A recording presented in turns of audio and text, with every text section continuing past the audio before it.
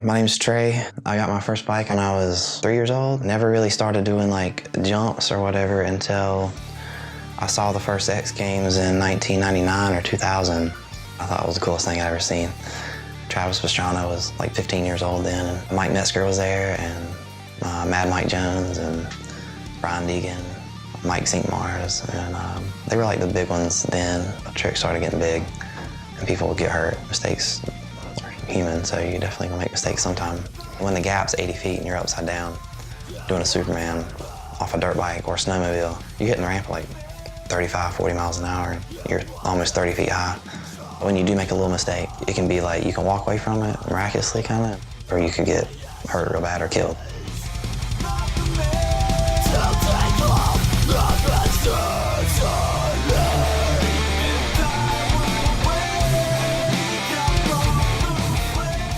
Eventually I switched to four-wheelers and widened the ramps up a little bit. I'm guessing there's probably 12 to 15 people that's flipped a four-wheeler and can do it today still. 12 people is all it's been that's ever walked on the moon, so not a whole lot of people.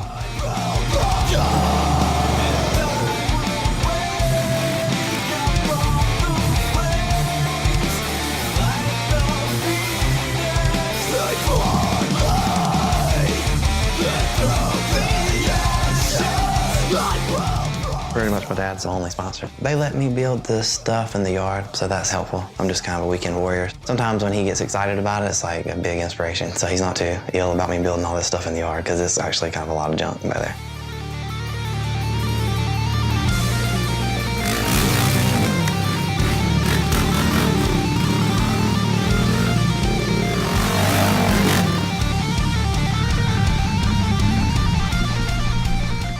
I don't have a whole lot of tricks, but I like Superman seat grabs and Supermans, bar hops and stuff like that. Heel clickers, of course, and knack-knacks.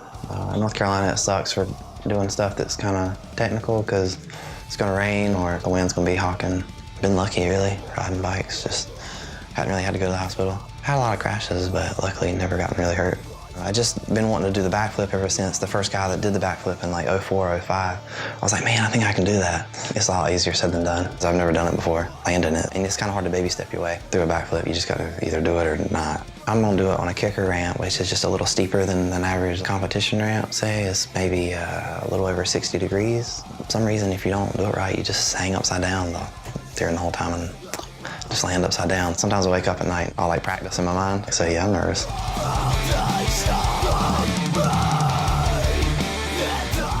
But then when you ride and you get that first one out of the way in the foam pit, it's like, it feels good.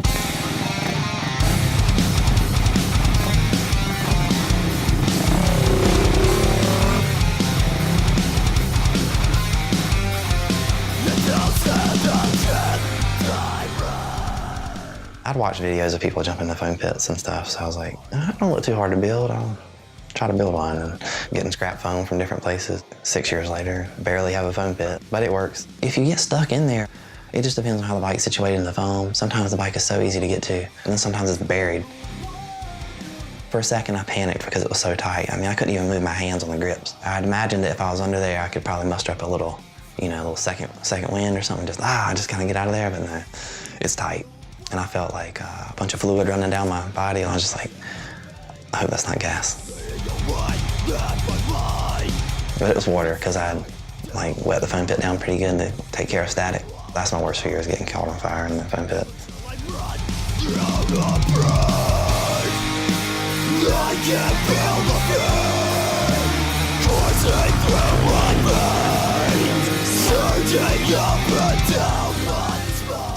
When I get to that spot on the ramp, I almost try to throw my shoulders over the bars a little bit, and when you go up and you see that spot on the ramp, right when you hit that spot, just kind of let the bike run out from under you. The biggest key is to remember to look backwards. Sometimes you get caught up in that the bike is all of a sudden right in front of your face.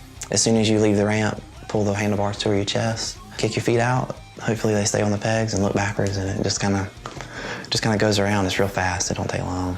I should be able to clear the gap because it's only going to be like a 15-foot gap. It's not very far. I won't let this fear take control of my destiny. No matter the cost, no matter the pain.